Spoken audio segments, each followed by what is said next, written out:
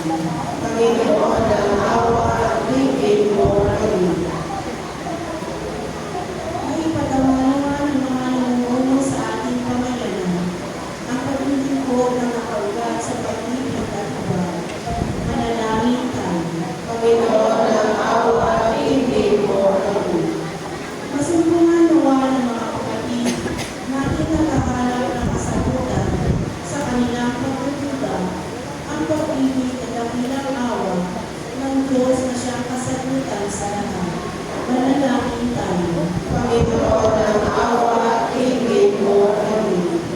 Makawinhawa ng mga kapatid natin pumanag ang dakilang awa at tawad ng Diyos.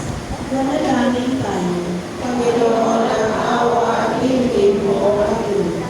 Sa ilang sandali ng katahimikan, ating ipanalangin ang mga pangangailangan ng ating pamayanan, pati na rin ang